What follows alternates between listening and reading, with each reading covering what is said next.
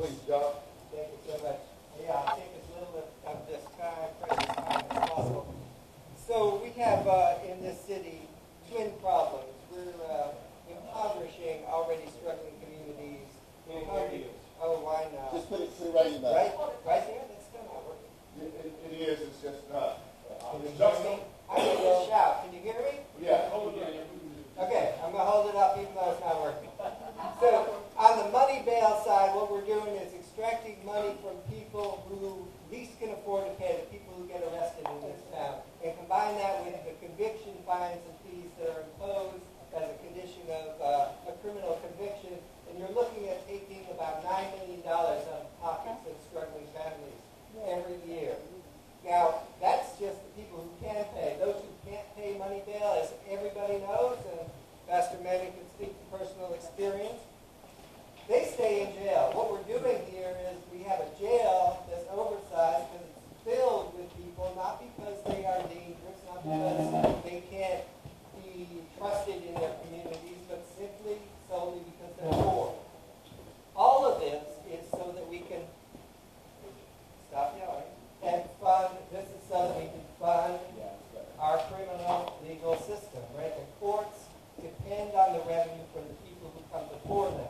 Now that seems like maybe that's not proper. Judges are supposed to be neutral.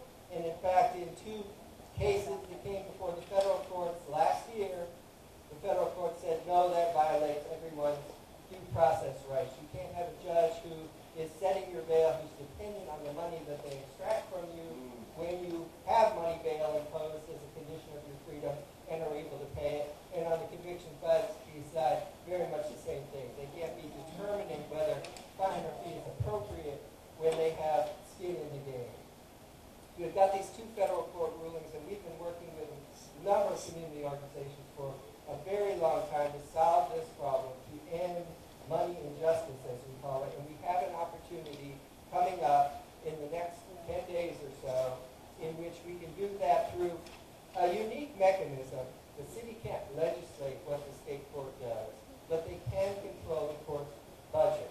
And because of these two federal court rulings, our local court has become dependent on your tax dollars. And what we see now is they're giving the court more than twice the money they always gave them, an extra $3.8 million a year. But they need to condition that money on performing some public good. And that's what we're asking them to do, to implement the plan that we laid out in that blueprint right behind the gentleman there on the counter. There's some reports there. There's some calls to action on the lower counter there. We're asking people to come to the city council when they have the budget hearing for the criminal district court the day after tomorrow on Wednesday morning at 9 o'clock. That's the only opportunity to publicly voice the needs of the community, to attach conditions to this funding for the court. This isn't free money. This is our hard-earned money, and we can't continue to facilitate courts ignoring the federal court orders that hold out civil rights violations of our people. And that's what's happening, and we need to stop it. We have a chance. We have some council members interested, but they need to hear from communities at this step, which is new for the council, right? They don't attach conditions on any money they give out. But this is at least an opportunity to do it at this critical moment. And we hope you'll come out, voice your opinion. If you can't make it, call or email your council members and tell them you support this plan. Thank you for your time. I appreciate it. Questions real quick for John? Yes. How does this even happen? That they just, is it like Trump or something, where they just refuse to follow the federal courts? It's more like Deep South in the 1950s and 60s than it is the modern blasphemous that is the Trump era. Look, the litigation continues. They're filing again a 1983 case tonight. They will be held accountable in the federal courts. It's going to take another year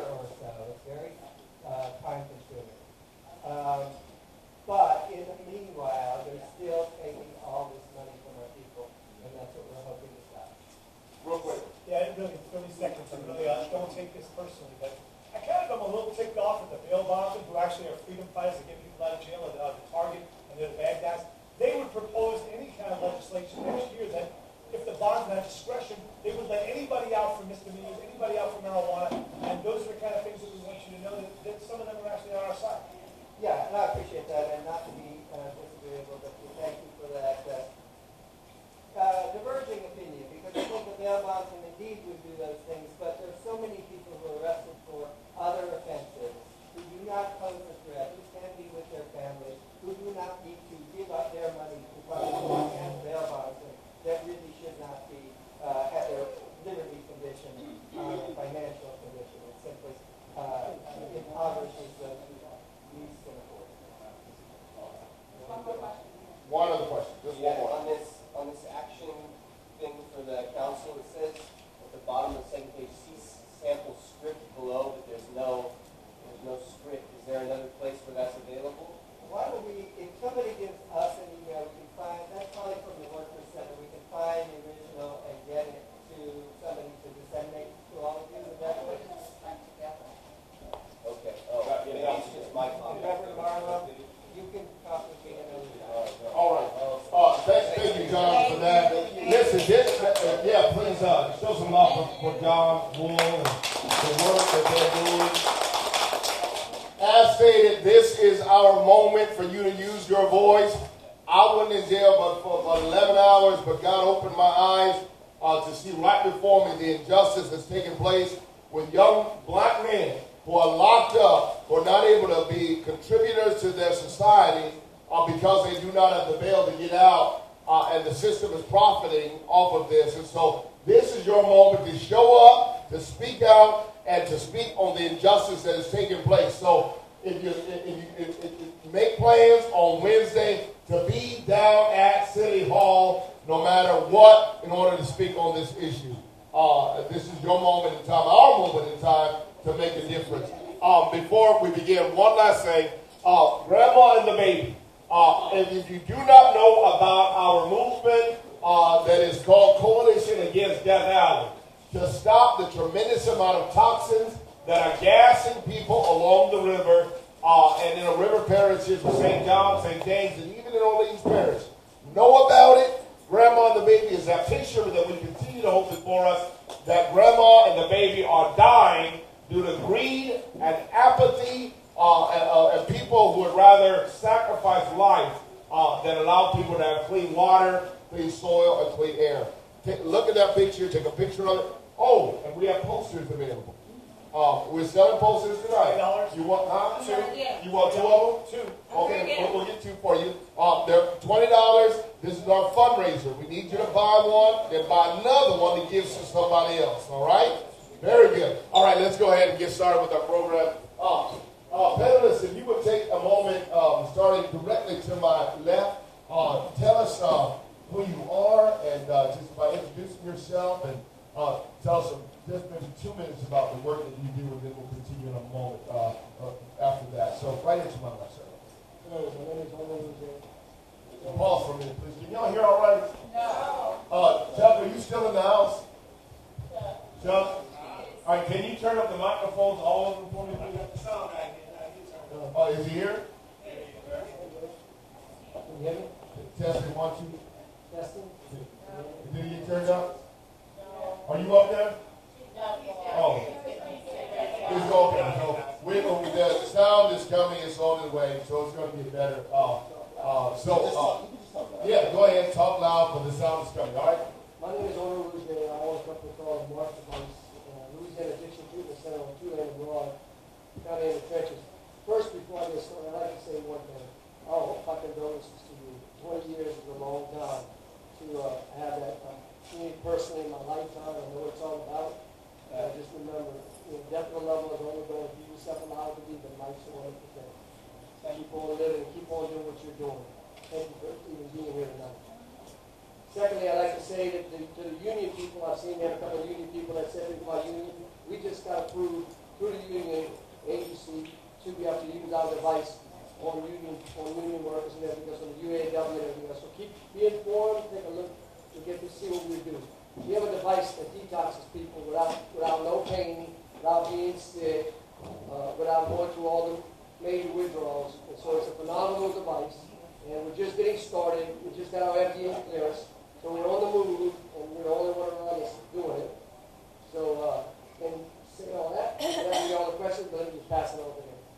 Again, the device is called The Morph device. Morph device, as in MORPH Yes. device. It's a new stimulator that stops all the from addiction and all the detox and All right. We look forward to hearing more about that. Thank you. We got some more value. All right, next, please. My name is Juanita, and Pastor Manning, maybe you can share your mic, because we really can't hear the kids. I think all of them maybe were getting turned Yours out. is the mic, so. Can you hear me Just better? 1, 2. All right. We get, yeah. That's much better, right? Can you hear me better? Can you hear me now? Say test 1, 2, 2, 2, 2. Test. Test 1, 2. Is he up there? Oh, you do it down here. All right. Test 1, 2, 2, 2. Test 1, 2, 1, 2. Is that getting louder? Test 1, 2. 1, 2. Y'all got it? All right, that's just my voice, though. Hi, can you hear me better now? All right. Hi, my name is Juanita, and I am a physician's assistant, and I work in the corrections department. I work for several of the jails in Louisiana, and I provide medical care, mental health, as well as treatment for opiate dependency. Hello, my name is. I figured out what the problem was. Hello, my name is Stanley Simeon. I am a former addict. Been set free by Jesus Christ. Haven't looked back. 19 years. I was also a former director of Teen Challenge, right down Franklin Avenue. Spent 12 years being a director of that program, and was asked. The sheriff called me and asked me if I'd come work for him out in St. Bernard Parish, and I now head up their addiction resource program. So that's what I have to share. So I'm Michael Jones, and as you know, I'm a physician, cardiologist. I'm one of the pillars with Louisiana Medical Association, and I have studied psychiatry as my first training. Did detox, inpatient, outpatient, all of that as part of the training.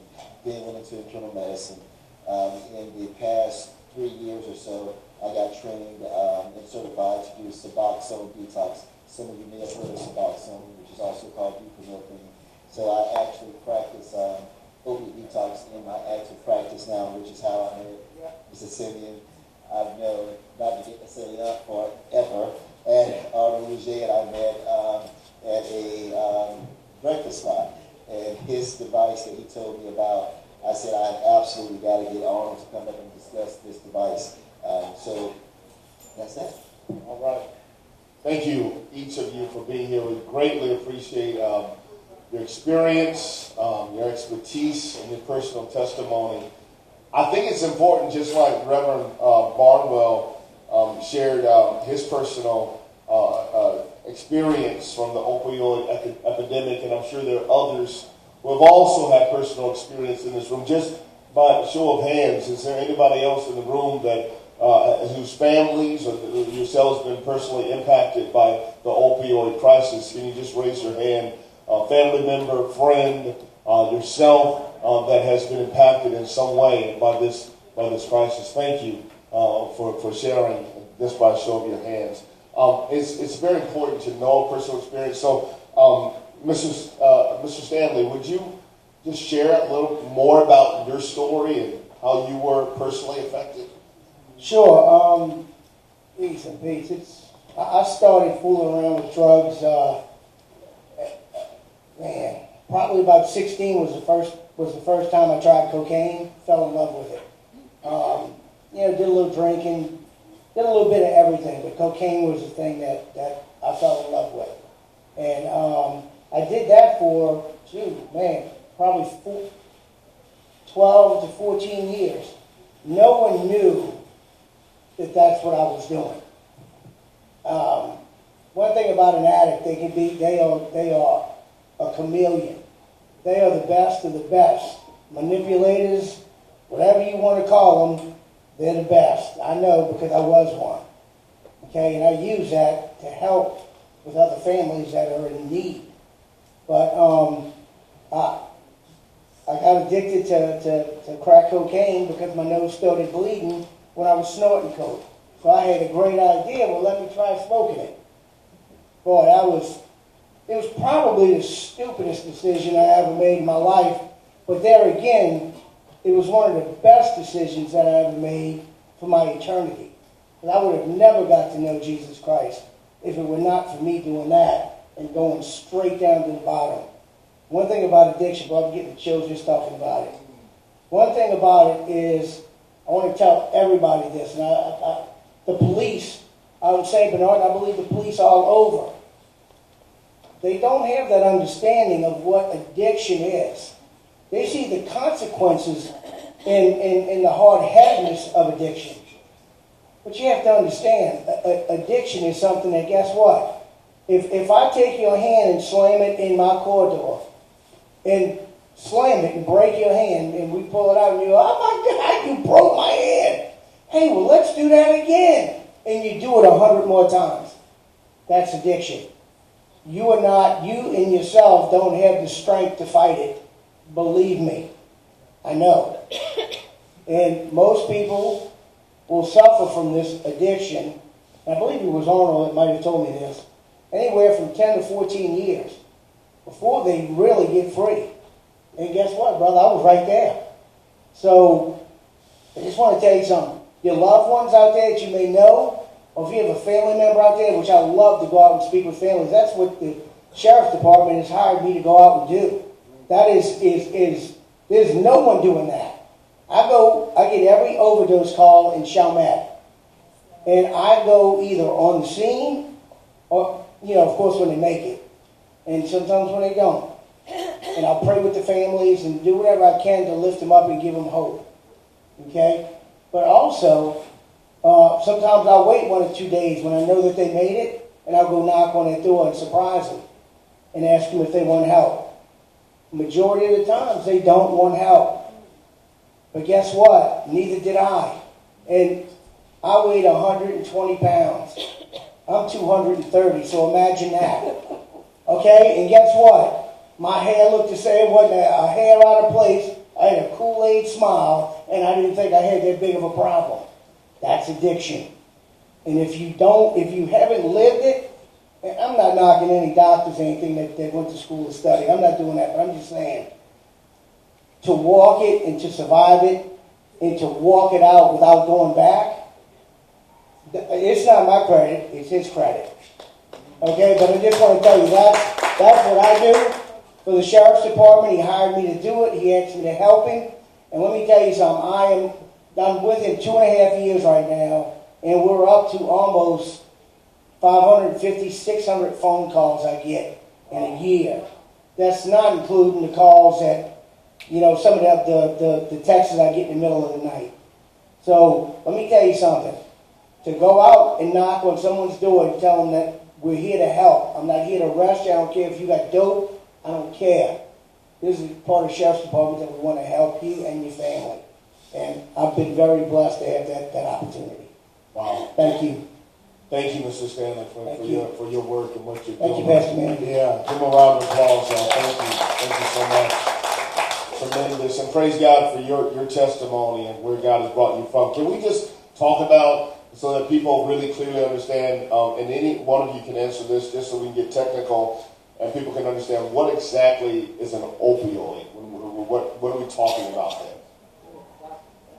So, opioids are basically heroin. Okay, think of that. Okay, so we call it opioids because it's the principal drug that you would be thinking of was originally acquired from the poppy plant, and that is an opioid.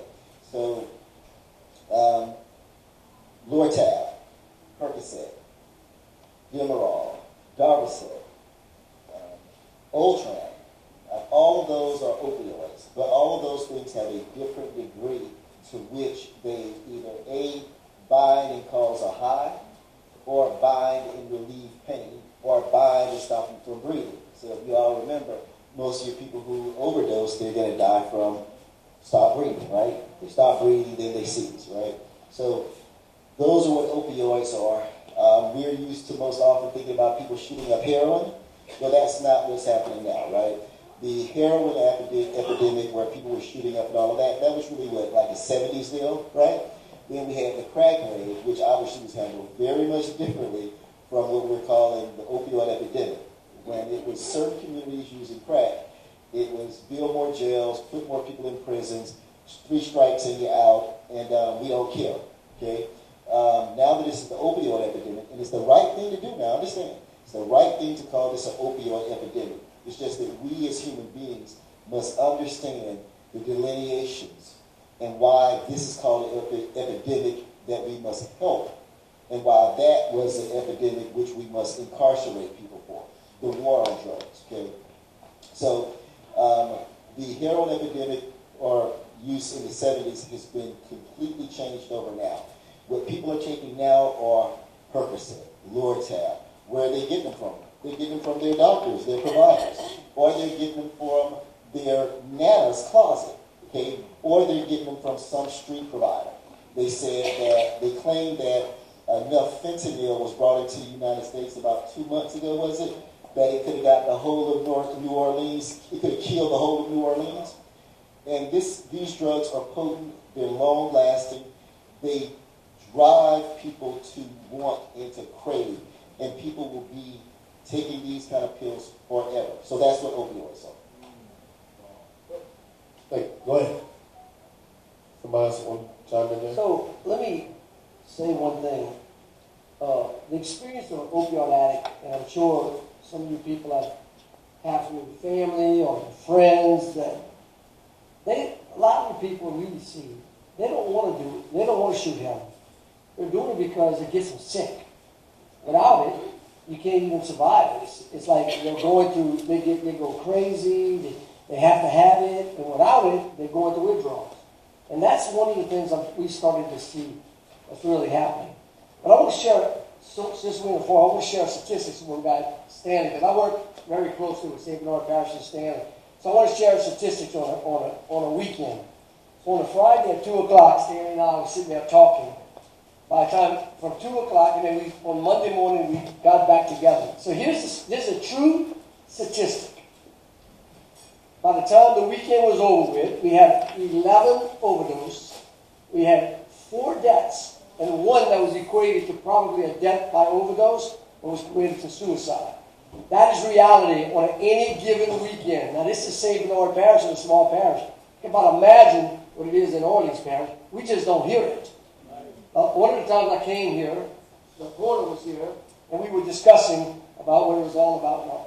And then, there's a lot of things that's going on about addiction and fentanyl and things that's going on there. And the next addiction that's coming up to us, that's going into, is the vape. And people are not even paying attention to that with their kids. And this is becoming the biggest thing going on. And if we don't stop that, we have a chance in here to stop it before it gets too far away. So I'm going to ask one thing. If you've got kids in high school, if you've got kids that are older, and you want to be an advocate for that, because this is going to be the next problem we're going to face. We're already facing it. I'm already speaking in schools and talking to kids, but I'm getting high schools calling me constantly to come speak on it. But when I go there, believe it or not, parents don't even know what it is. So be aware of that. That's your next epidemic that's coming. It's not here now, but we have over 300 cases right now in the United States and growing. That's only because we've only been monitoring it for 2 months. Can you imagine what that's going to be like once it really gets going? And so I don't want to tell the vape companies, oh, you got a problem, but all the ones that you can self-feed yourself, you got a problem. Because these people don't care. They'll do anything. They think they're pharmacists. Right? They think they're pharmacists. I have an addict that told me one day, let's share this with you. She told me one day, she says, well, I have somebody who does my dope before just so I know that it's good. I'm like, are you kidding me? That you got somebody that does that for you? They're willing to sacrifice their life to do it? I thought it was amazing. And I said, Lord, have mercy, we need to find God, because this is crazy. And so this is how it gets. This is what you see on a daily basis. And we need everybody in this city to look at this epidemic. It's a problem. It's a major problem. And the problem is, I'll tell you, and all of us in this panel, all 4 of us here sitting here tonight can tell you the biggest problem. we have no real money to treat it. That's the bottom line. They say they throw money to it, but they don't. They talk about it, but they don't. So just remember that in the future, because that's the problem. We can solve a lot of problems. You know, it's crazy. But even like a good example, I'm not pushing my device. It doesn't matter. We're gonna build our company with this device because it's the number one thing that's going out there. But let me just say this: if they bought a device, they bought 100 devices, 200 devices, put on people, they would save a lot of money and save a lot of lives. The government, but yet they're going to do a study, or they're going to find out what we can't do and how we can treat them and how we can do it. But they're going to buy 3,000 devices to do that and treat 3,000 people. And there is some of the problems we go to. Now, this lady right here, she can tell you all about treating it in the jail. And we had a discussion earlier about pregnant women, so we can talk about that and how big that problem is. Please, and I want to ask that question, go follow up on what you said too. So, should our city have something in the budget for treating the opioid addiction? And is there anything in the budget? Is the city doing anything to be inclusive? There's funds, there's programs, but they're in the start phase. So back to piggyback on what Dr. Michael said earlier, the epidemic of the opiate crisis is not an intentional, epidemic. It's kind of like something that kind of slid in, and there's a lot of factors. One of the main things was just the freeness of writing painkillers.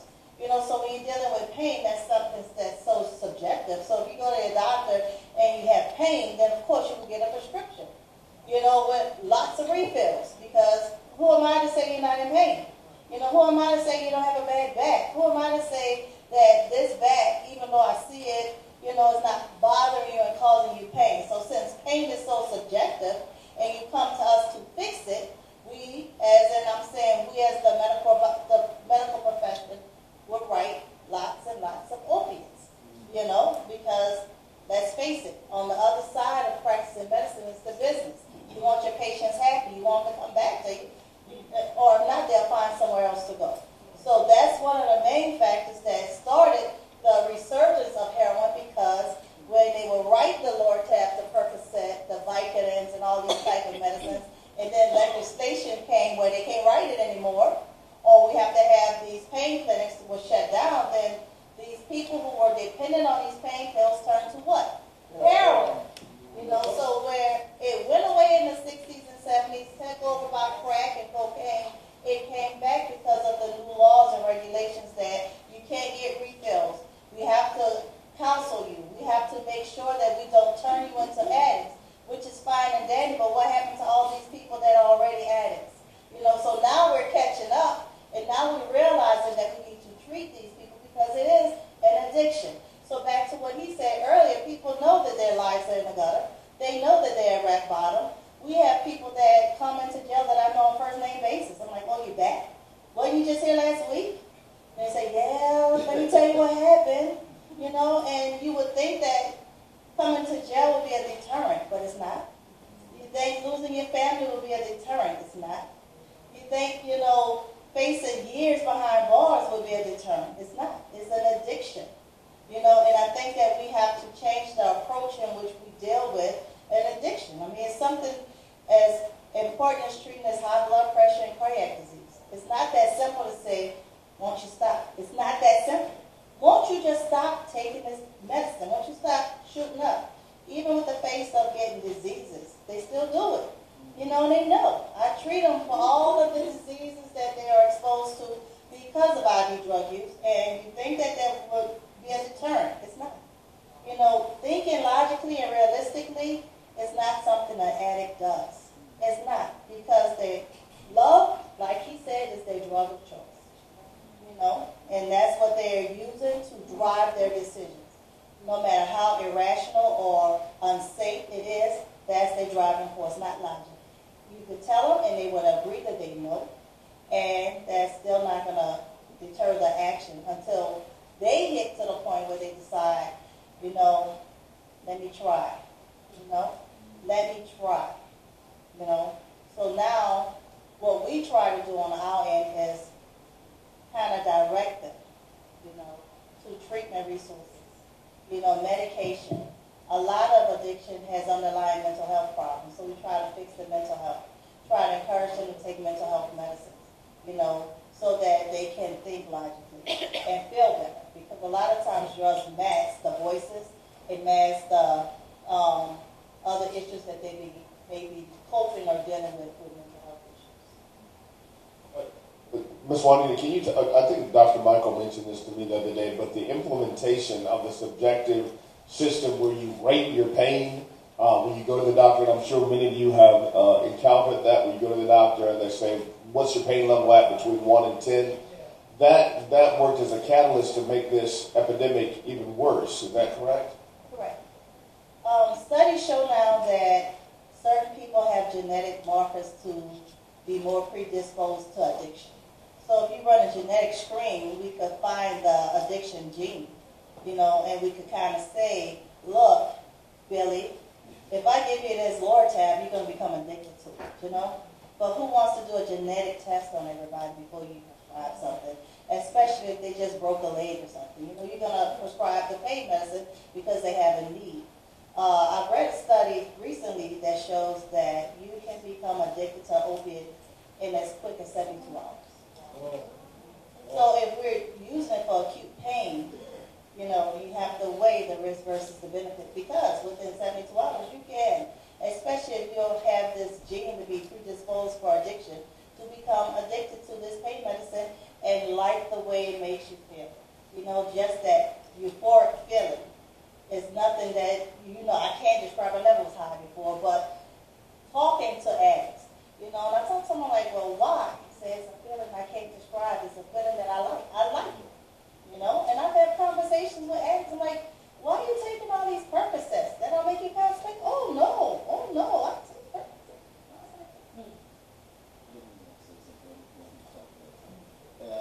So she's 100% right, and everything they're saying, I get to see it as a physician. What Reverend Manning was talking about, I think also spins into the Purdue family.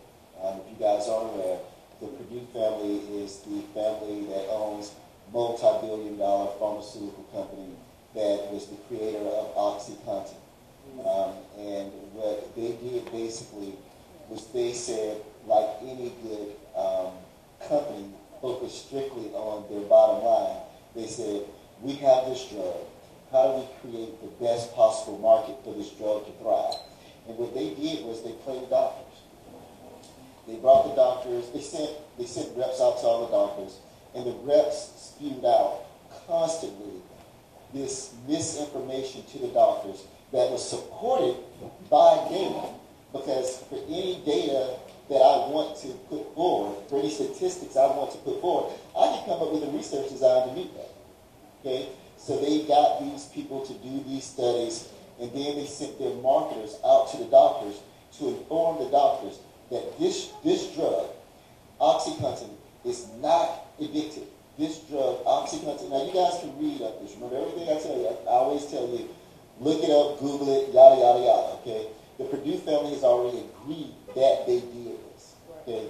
So they had these marketers go out with all these different tools, and one of the tools was this new rater that they now said, this rating fits in with your normal vital signs. Pulse, blood pressure, respirations, temperature, pain level.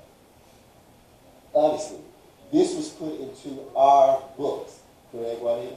These things were put into our books that we had to be able to identify 1, 2, 3, 4, 5, 6 level, whatever it is, at which level our patient says they're pain, and we were told specifically. Now, mind you, there are doctors in jail right now because they did what they were told. But as they were prescribing these medicines, they were said to be overprescribing. But this is what we were taught to do. If our patient came in and before they left, we did not ask them, well, are you hurting anywhere? We did the wrong thing. That's what we would be told, we did the wrong thing. And we opened ourselves up for liable actions because we didn't address it. Absolutely. And if that patient said that he or she was in pain, we were supposed to give them a medicine to relieve their pain, because if we did not, we were causing them to become addicts because now they would go out and they would get heroin on the street or cocaine on the street. This is what they told us to do. And then later again, they came back and said, oh, y'all wrong. And they started putting doctors in jail. And of course, that means, as always, certain communities get hit worse than others. But yes, that scale that you were talking about was in specific a tool used by the Purdue family that has admitted to their malfeasance, and they are closing their company. They're trying to settle for $13 billion, is it? They're trying to settle for $13 billion and to avoid the rest of their family members, because it's a whole family, try to avoid their family members going to jail for this. Real quick before you proceed, most people know that our process for asking questions from the audience will take place by you filling out an index card that is there should be a bucket on the left side of the stage and on the right side of the stage. If you have a question, which we're going to open up questions to the audience in a couple of minutes here that our panelists can take. But if you have a question, please write it down on the index card, submit it here to the moderator's table. If your name is at the top, here's also what I'm going to ask you. Write down your question in all capital letters and all caps. I learned this the other day when I saw somebody do it. I thought that's a good idea. Write down in all capital letters and print. Don't try cursing. If you put your name at the top of your index card, you will be called on to ask the question. That's our signifier that you want to be called on. If your name is not on there, then we will ask the question for you. That's perfectly fine. In fact, we'd rather do that because people get the mic and they talk forever. So, but make it legible so we can read it. We'll call on you in just a moment. All right, so fill out those index cards. I know you probably have lots of questions. Go on, please. So, one of the things I like to bring up while we were all talking here, and this is not a good topic to talk on a lot when I'm in forums and all, but I do bring it up a lot. Because, you see billboards on the side of the street that have these signs that say for personal injury that's out there. And so if you get bumped in the back and you basically you're not hurting, but you want a lawsuit, what are you doing? Yeah, they represent you, they send you to a doctor, they got you on all kind of pain meds, they want to give you pain meds because they won't get no money from the insurance companies. Please start educating the folks out there that, look, don't play these games because this is how you get in trouble. This is how you get addicted. They're gonna write those pain meds and you don't really have the pain. It's happening every day. And this is why insurances are through the roof and people are it's just crazy that's what's going on in our world and our society today. And it's not a popular subject because I brought it up one time and there was 4 lawyers in the audience and they all stood up and said, wait a minute. I said, well, I'm just saying the truth. He said, well, we don't do it. I said, well, yeah, but it's being done out there and we see it. Do we see it in our treatment centers? We see it every day and it happens. So if you're going to fake an injury or you're going to act like you hurt or even if you are hurt and you're going to be on pain meds for 6 weeks or 8 weeks, that's how you get, there you go. That's how you get addicted. They take 2 or 3, and next thing you know, oh, I like this. I feel good. And next thing you know, you're hooked. Wow. So that's what happens. And that's giving us trouble too. Ms. Juanita, you got something? Okay, let me ask you this. So how do we deal with pain? What's our recourse here? Well, in us, on our device, it treats pain. And it's a neuromodulator. So the hope and the goal for us is, besides just detoxing people, we only FDA approved for detox. But our goal is to be approved so we can treat chronic pain. So that way, if you are an addict and you do get hurt or you do get in a car accident, you know that you're going to be right back into where you started. You can put a device on for 10 days, get you to the pain levels, and then you could go right back to your normal life again. Or post-op surgery, or if you got to turn a rotor cuff or a knee industry. That is the thing of the future that's coming. But doctors need to know about it, that they have alternatives for pain, that's non-medication, because your body produces their own endorphins. And so you just have to know how to manipulate the receptors and know how to make it through neuromodulation and stimulation. But that is what's fixing the come. Well, tell us, how does this Morph device work? It hooks into you, what does it do exactly? Well, it goes behind your ear. I wish I brought one, but it goes behind your ear and it neurostimulates. It neurostimulates your own body endorphins, and it stops all the pain and stops all the hurt and creates like your own body endorphins. Singing has when you start to the Oh, yeah, you should get to look at it. But it's unique and it's interesting, and doctors love it. They see the future. They see what's going to happen for the future, especially if you're treating addiction. Like when I go to talk to doctors who are treating addiction, I tell them, look, we can detox them, we can help them, we can get them there. But you know, you need all the other things that go along with it. But what we can and be able to do in the future is if someone gets hurt and was an addict, now we can help them. We can really practice to be a doctor and give them an alternative to meds and to narcotics and whatever. But look, we could talk about that too. We all do, all the doctors. I don't blame the doctors on what just happened in Famous, because I deal with plenty of doctors. The pain pills that came out there, you guys were told how that wasn't addicted, and you wrote the prescription. You know, and this is not, but that's not the whole addiction. That's just part of it. There's plenty that goes along with it. Once you start on it, you're going to do whatever you got to do. Look, it's the most addictive thing. And, you know, Stanley brought up a question about how many years it takes you when you try to get somebody off. You know, the relapse rate, let's talk about that just for a second. We get somebody on Suboxone, Subutex, and they tell us, even as all the clinics and all, oh, try not to put them on Suboxone. It's not good. Well, let me just tell you, if you want heroin for 4 or 5 years, you better, Suboxone is where you need to go to stabilize yourself. Then you can take them off of Suboxone through Sublocade or through a device or whatever, because the new drug now with Sublocade, with the shot, is an incredible drug that works, that you don't have to take the Suboxone every day, and you don't have all the problems of Suboxone being put on the street and get addicted to Suboxone. So you can get 30 days with it. And then they got a new implant that's coming out there with a new company out of California that's just starting. So they got all kind of new and innovative things that are coming out. Juanita, she actually has addressed this. It's a microphone, please, Doc. Okay, no. I wanted to have Celia speak that she probably practices the treatment of pain the right way, more so than other doctors, because of the limitations that the prison system puts on her. So what I find in dealing with pain, as I spoke earlier, that pain is subjective. I can't tell you you're not in pain. I can't tell you you don't hurt. You know, but what I do is I listen. So first thing, you have to develop a relationship with your patient that you do care and that you're not dismissing their pain. But hey, let's talk about some other approaches that I could do for your pain, because these are the guidelines that we have to abide by. These are the rules. So now that you're in jail, I cannot give you an opiate for long term. You know, I cannot give you all these muscle relaxers, all these other sedative type medications, because they don't allow that here. So with that as my background that I can't do it, that eliminates the expectation for them to just want to come. So I find that that's one major difference in dealing in private practice, because in private practice, you know, they come, they want what they want. And if they don't get it from you, then they'll find a provider that would. So that's why you have a lot of doctor shoppers out here. You know, we're doing better now that we have EMRs that we can see where they go. You know, the emergency room, they can see now that they was at another emergency room just earlier that day or the next day. So we're doing much better as far as trying to identify that.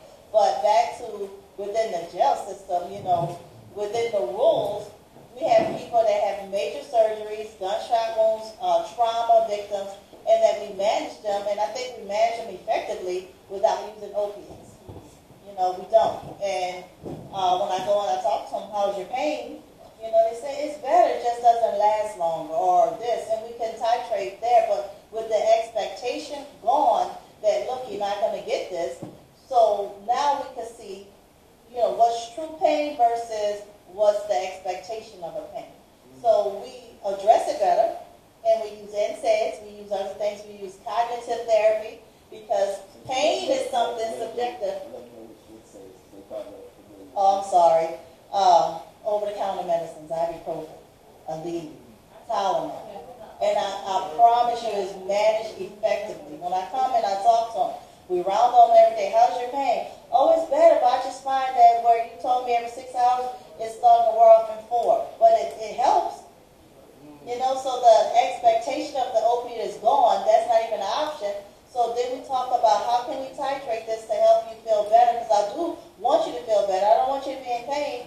And we actually manage them. I mean, major trauma patients with NSAIDs, not Lortab, not Percocet, not Tramadol.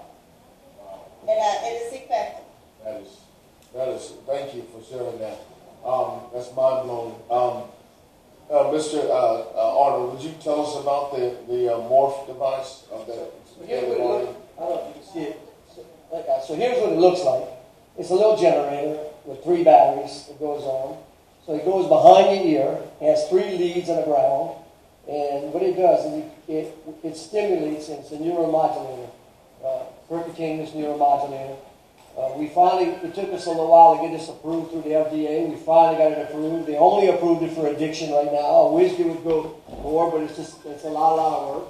It's very, very safe. The only indication that you got to deal with or whatever is if you have a pacemaker, or if you're on, you can still do it, but you have to be very, very careful. If you're on blood thinners, so it's doctor prescribed. Only a doctor can prescribe it. So doctor has to write the script for it, and has to see you and do an evaluation on you, and you have to get all your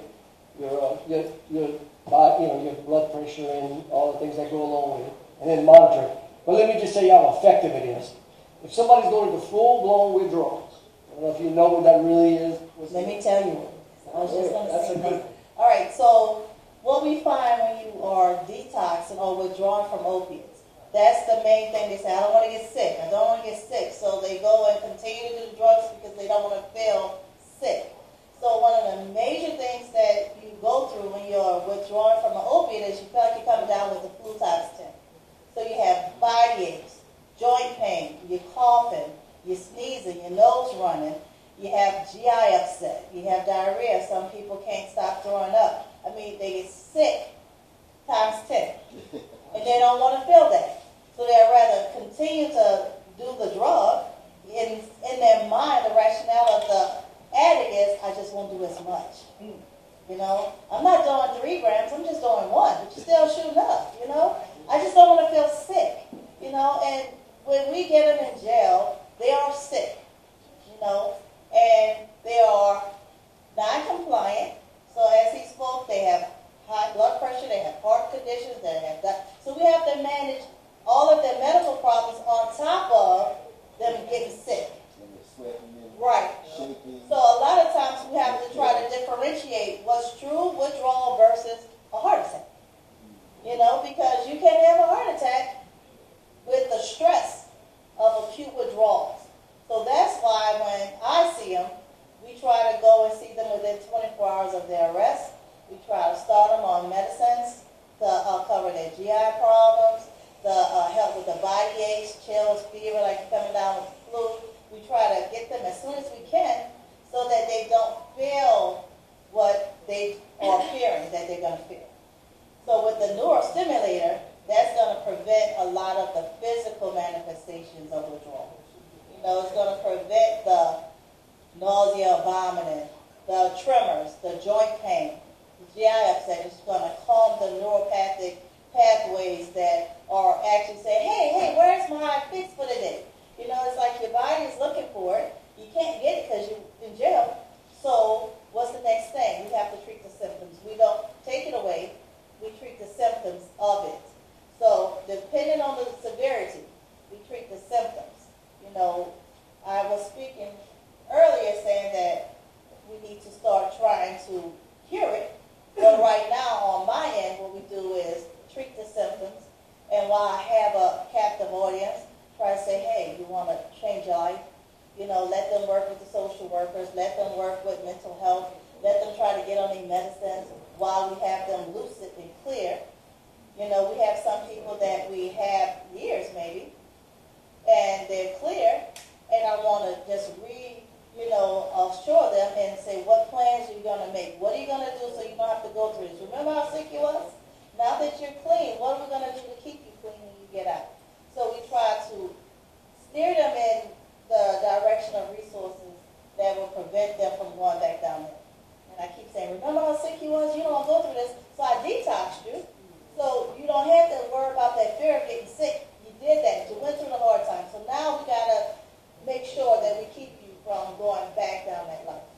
Wonderful. Thank you, Ms. Juanita.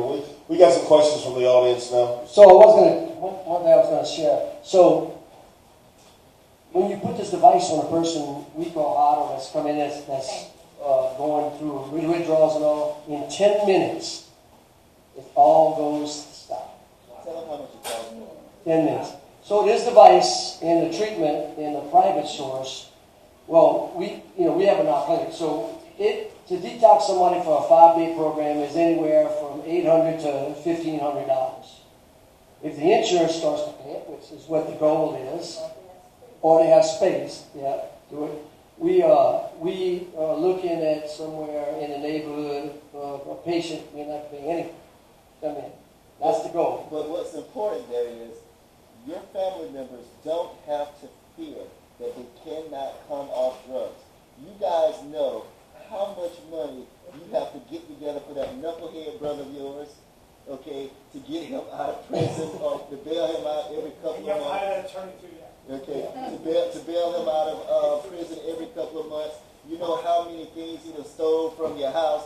Okay, if y'all can't get together $1,000, I don't make nothing from Arnold. Okay, I'm just telling you. Okay, if you can't get together $1,000 from everybody within the church and the family and the friends to say, Arnold, put this device on my brother and get him free of this nonsense. Come on, that's easy.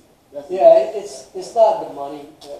Sandy can tell you that for a fact. We treat a lot of people. My goal, just so you guys know, my goal is I'm working right now with Volunteers of America to start a program for pregnant women. We were talking about that. That's a whole other story.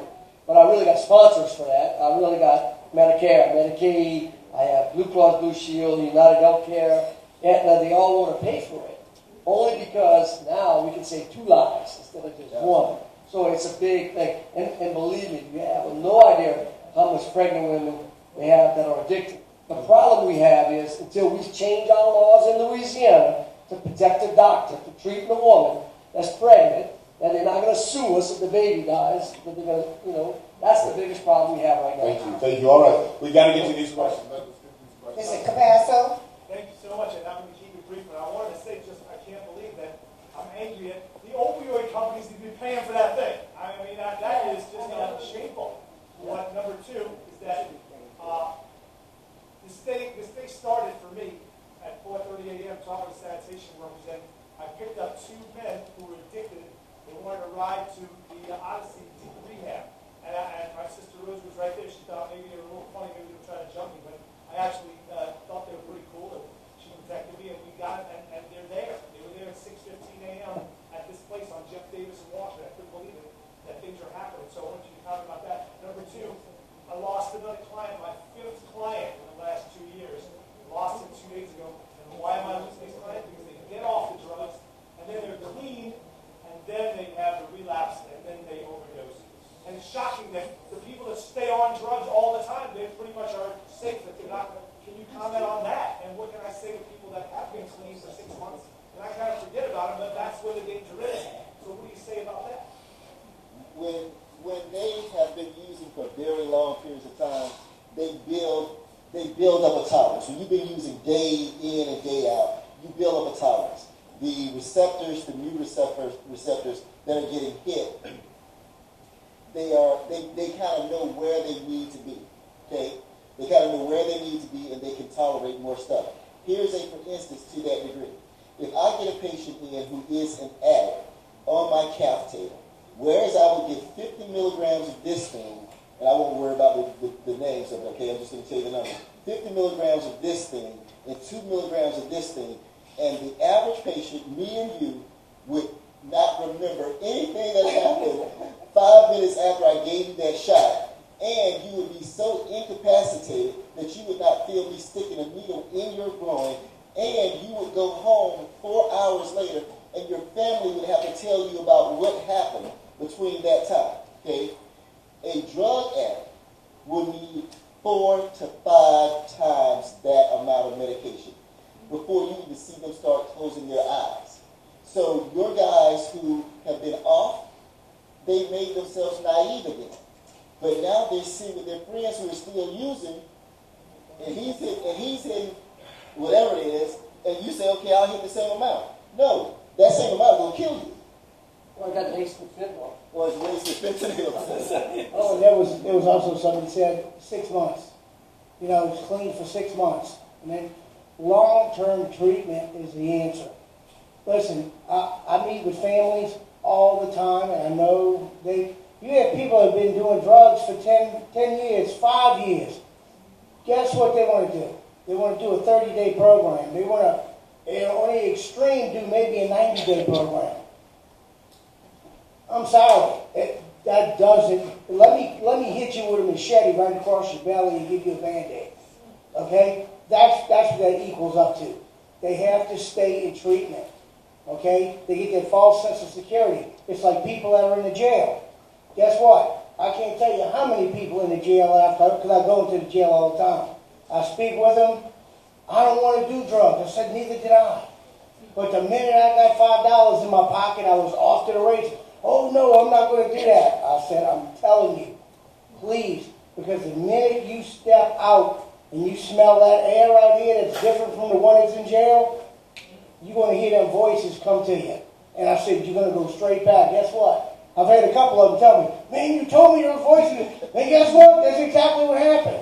So long-term treatment, and myself personally, I love faith-based. I don't knock 12-step. I think it's a step in the right direction.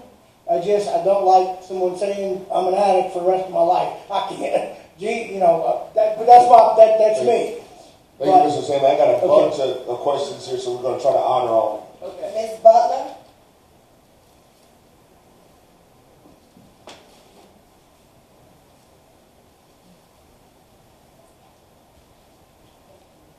One of the little-known associations with addiction, and it's true for a lot of other very serious social conditions and physical conditions, is lead.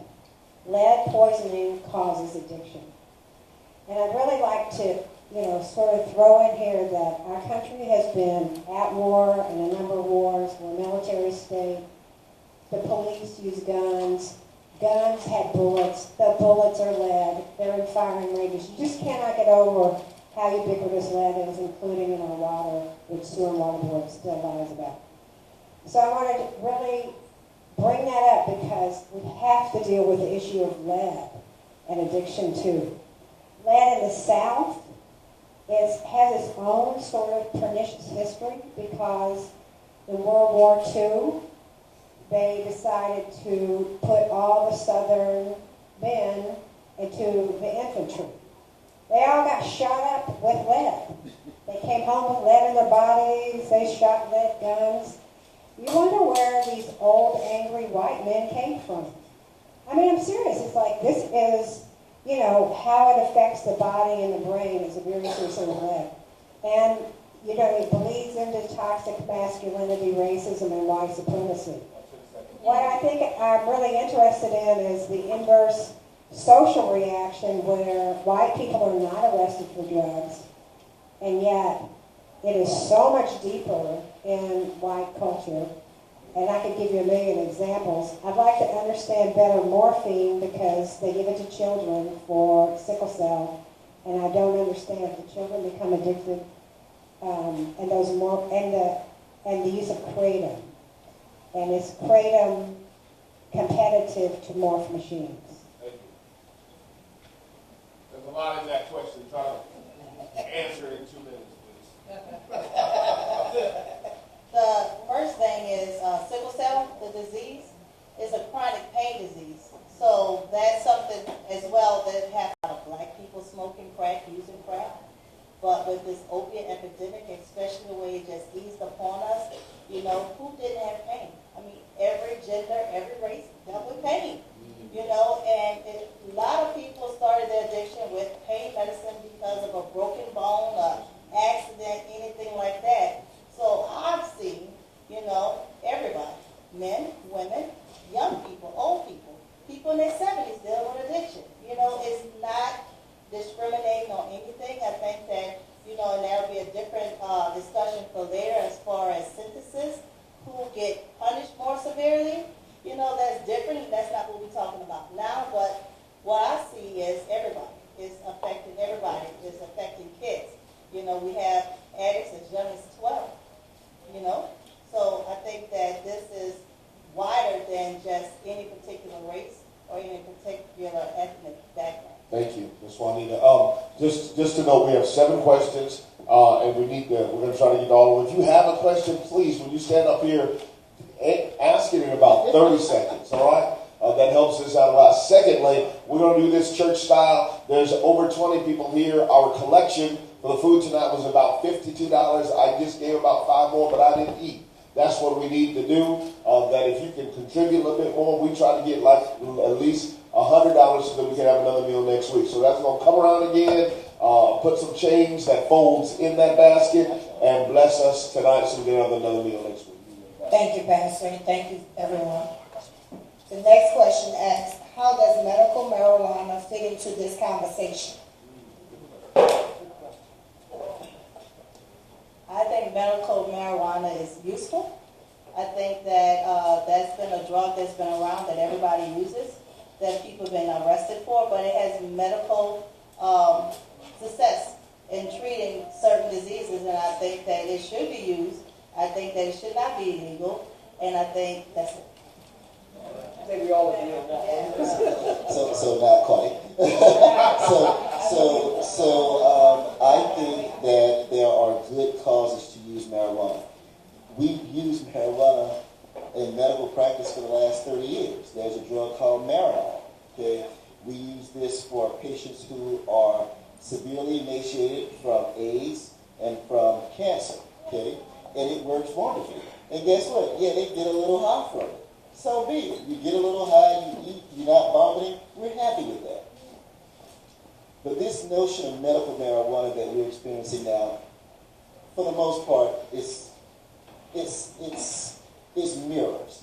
It's people who want to get high, who convince other people to say, oh, this stuff has miraculous pain benefits, and hence they're going to slide marijuana in first as medical marijuana and then something else. As a practicing MD, I have never said to myself, other than in the circumstance of a patient who had cancer or who was seriously emaciated from something, because it just doesn't have to be AIDS or cancer, I've never said, this is the time I should use marijuana.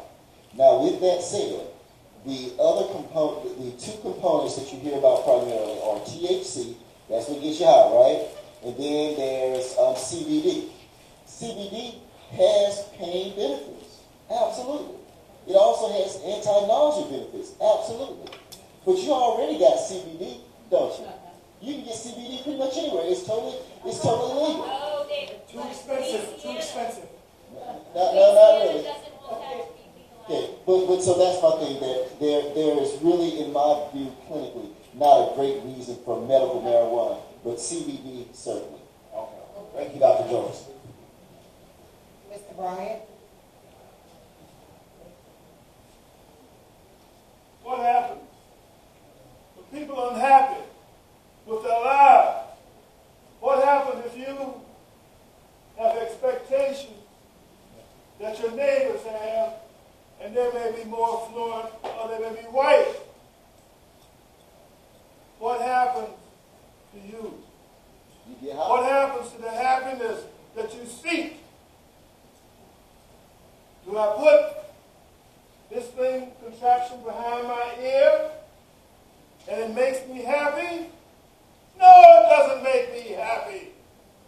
If I do what you say do, and I detox off the drugs, has my life changed? No, it hasn't changed. It hasn't changed one bit.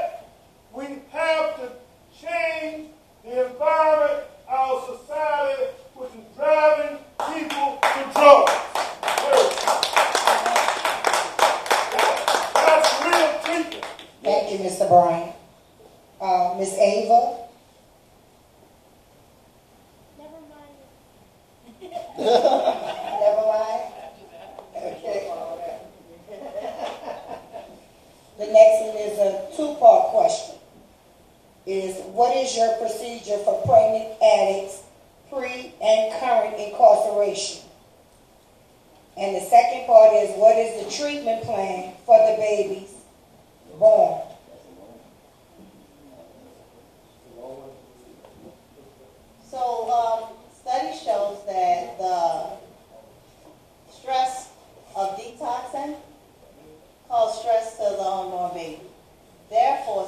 shows that we shouldn't let them detox. So women who are pregnant, who are incarcerated, we don't detox them. We in turn put them on Subutex.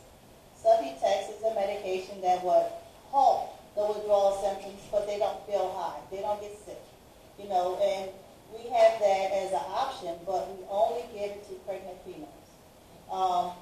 And that along with counseling, and they are also followed with a high-risk OB doctor, and we allow them to stay on the Subutex throughout the duration of their pregnancy. Okay? On the other end, once they deliver, then we have to detox. Treatment choices, as far as what do they do with the baby after, that's strictly between them, the OB, and the hospital and the pediatrician. I don't do anything with the baby. You know, of course, they can't bring the baby back to jail.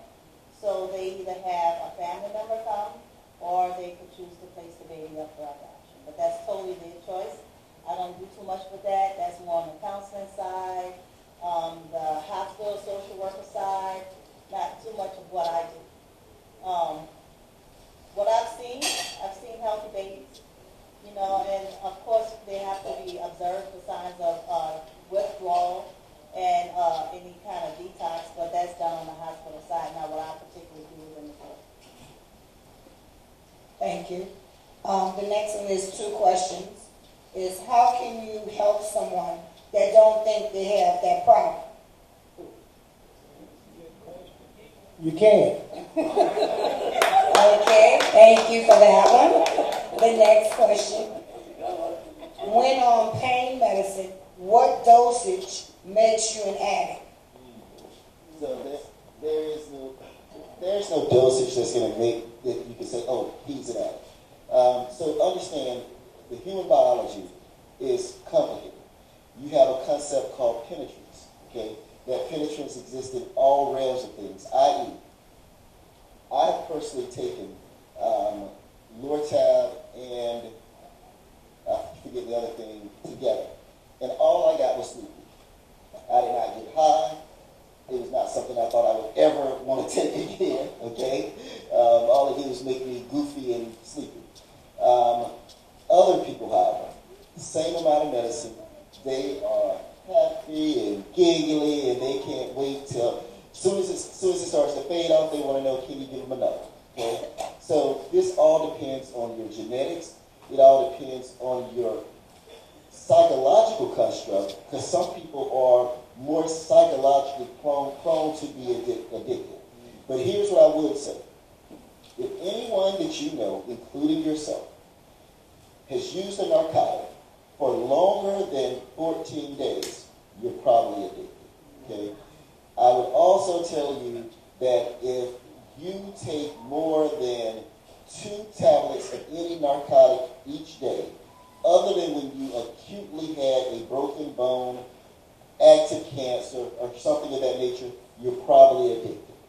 This finger, y'all see that stupid looking finger there? Broken. I have never needed a narcotic for it. And multiple people in here have had broken bones or something, and you've never needed a narcotic for it. So if you're taking something for a prolonged period of time, 14 days, you're probably addicted now. Thank you. Thank you. The next question, Ms. Darlene. With the opioid epidemic and all the focus being on the epidemic, I work with elders and poor people and ill people who are in serious pain, and they're not being given any painkillers. It's like the people who really need them are not being given them, i.e. poor people and people of color. How is that being addressed? I mean, even people with cancer are being told to take Tylenol.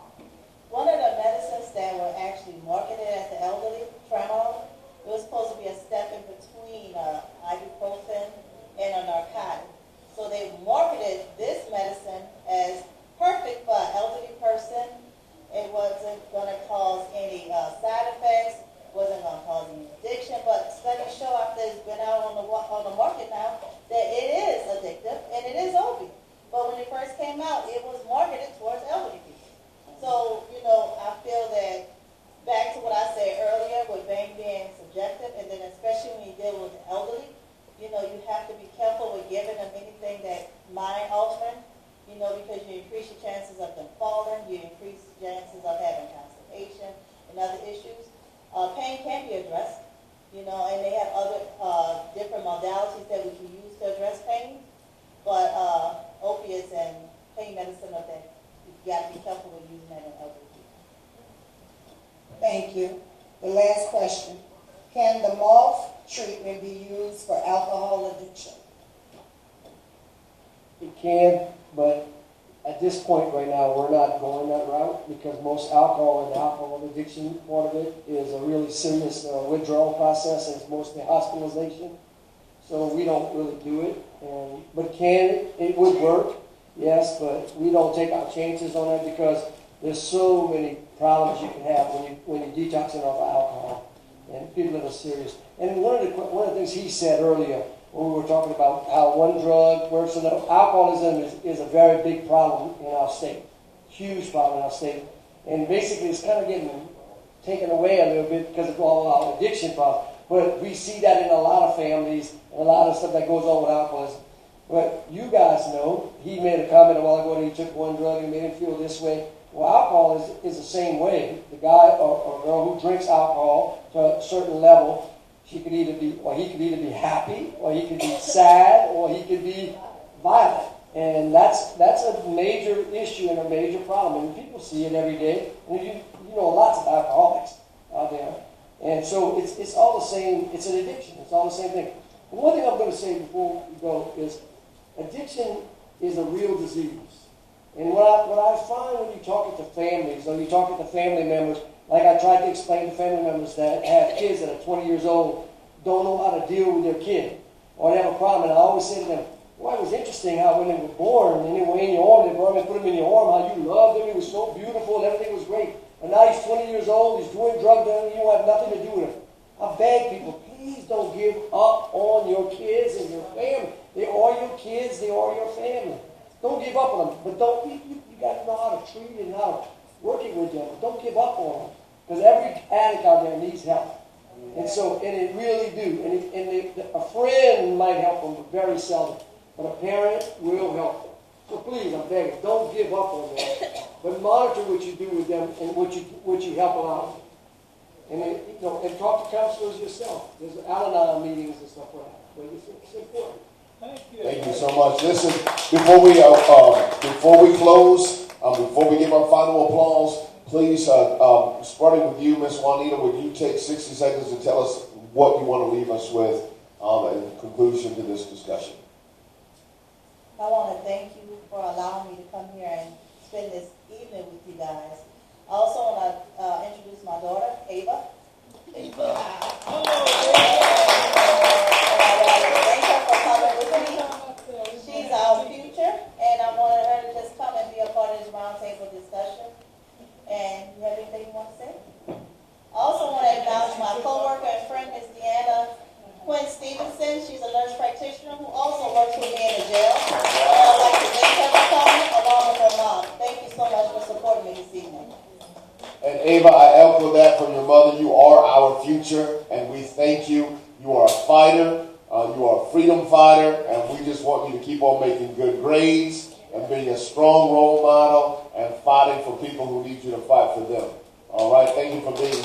Thank you so much. Mr. Stanley, 60 seconds, please. Just once again, I want to thank everybody for coming tonight and allowing us to speak.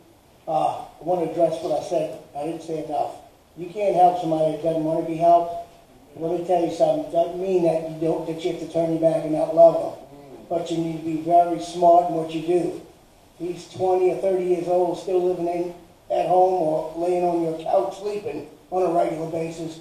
Something's going on. You need to check yourself. Amen? Okay? I mean, so don't be that enabler that continues to let them do that. But, hey, let me tell you something. You got good people all over. Let me tell you something. We're going to do everything that we can to save every life that we can. Amen? Amen. God bless you. Thank you, Mr. Stanley. Thank you. Dr. Jones. Yeah. I just would like to say to everybody, realize that this does touch everybody's families. My brother, crack addict since he was 18, which is horrible to me because he's 6 years my senior. He was the most handsome, strongest, fastest guy I ever met, and I loved him dearly. I still love him, but I can't do anything for him, and that hurts me dearly. So we know this affects everyone. All families get affected with this, but don't give up on your families and realize that there truly are ways to treat these disorders. You got a non-medical way of doing it. Well, excuse me, you have a non-pharmaceutical way of doing it, the Morph device. You have someone who doesn't use opiates for the vast majority of people. Then you have someone like myself who uses all realms of things but does it right. And then you have, if needed, Subutex, Suboxone, buprenorphine for detox and treatment. Thank you, Dr. Jones. Mr. Arnold? Thank you for inviting me here tonight. And I just want to say that one thing I know that goes on out there is the support that you have to make it happen. Addiction is horrible, horrible, horrible, but it is a disease, and just want families to realize that it's a sickness. It's like cancer, it's like anything else. You just gotta want to go out there and get help and ask them to treat it. And help is available out there. So try to go out there and get it. And then I want to leave this last thought. You know, when in the end of your life, there's certain choices you have to make in your life and make decisions in your life. So I'm a big advocacy of organ donation. I want to bring that to your attention. So it's nothing to do with addiction. I don't care if you're an addict. I don't care who you are. I'm all about saying, you know, death of a loved one is always going to you yourself allow it to be. But life is a wonderful thing. Become an organ donor and save somebody else's life. And give blood because it's needed. Very good, Mr. Arnold, Ms. Juanita, Mr. Stanley, and our own Dr. Jones. Thank you very much for your expertise.